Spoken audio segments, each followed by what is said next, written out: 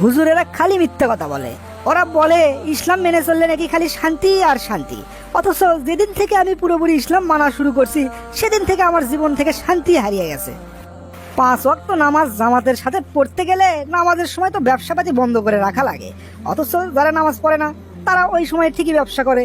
এই 5 ওয়াক্ত নামাজ জামাতে পড়তে গিয়ে আমার ব্যবসাটাই ডাউন মেরে গেল। না খেয়ে রোজা থাকা যে কি পরিমাণ কষ্ট সেটা আমি এই বয়সে এসে হাড়ে হাড়ে টের পাচ্ছি। আবার জাকাত দিতে গেলে টাকা পয়সা কমে যায়। মোট কথা, যেদিন থেকে আমি ইসলামের মধ্যে ঢুকে গেছি সেদিন থেকে আমি গরিব হয়ে যাওয়া শুরু করছি সব দিক থেকে। যারা ঠিক মতো ইসলাম মেনে চলে না তাদের কোনো সমস্যা নাই, ওদের খালি শান্তি আর শান্তি।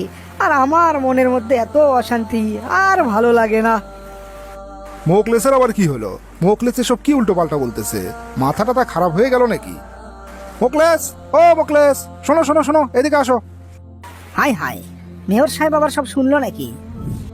দাঁড়ান মেয়র সাহেব দাঁড়ান, আমি আসতেছি। তো মোকলেস মিয়া, তোমার আবার কি হলো? এরকম হতাশ হয়ে পড়ছো কেন? হতাশ না হয়ে উপায় আছে মেয়র সাহেব, বলেন। মৌলানাদের কথা শুনে যেদিন থেকে আমি পুরোপুরি ইসলাম মানা শুরু করছি সেদিন থেকেই আমার পতন শুরু হয়ে গেছে। ব্যবসার অবস্থা এখন চরম খারাপ, অর্থনৈতিক অবস্থা আমার খারাপ হতে হতে এখন প্রায় শূন্যের কোঠায়। বিপদ আমার পিছে ছাড়তেছে না। এইভাবে কি চলা যায় বলেন? আগে তো বেশ ভালোই ছিলাম। বুঝতে পেরেছি মোকলেস মিয়া, তোমার সমস্যাটা আমি ধরতে পেরেছি। আচ্ছা মোকলেস মিয়া, তুমি আমার একটা প্রশ্নের উত্তর দাও তো দেখি। আবার প্রশ্নের উত্তর দেওয়া লাগবে? কি প্রশ্ন করুন। মোকলেস, আজকে তো আবহাওয়া খুব গরম, রোদ উঠেছে একেবারে কাঠ ফাটা। তোমাকে যদি বলি এই রোদের মধ্যে একটানা 5 ঘন্টা তোমার এক জায়গায় দাঁড়িয়ে থাকতে হবে, তাহলে কি তুমি পারবা? মেয়র সাহেব, আপনি এসব কি বলছেন? এই কাঠফাটা রোদের মধ্যে 5 ঘন্টা এক জায়গায় দাঁড়িয়ে থাকা সম্ভব নাকি?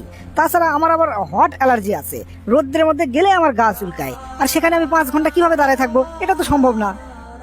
এখন যদি তোমাকে বলা হয় ওই 5 ঘন্টা রোদ্রে দাঁড়িয়ে থাকার বিনিময়ে তোমাকে অনেক বড় বড় পুরস্কার দেওয়া হবে, মনে করো তোমাকে কয়েকশো কোটি টাকা দেওয়া হবে, বাড়ি দেওয়া হবে, গাড়ি দেওয়া হবে, ধন দৌলত জমি জমা, তোমার শাক সবজি থেকে শুরু করে পশু পাখি যা যা লাগে তোমার জীবনে সব কিছু তোমাকে দেওয়া হবে।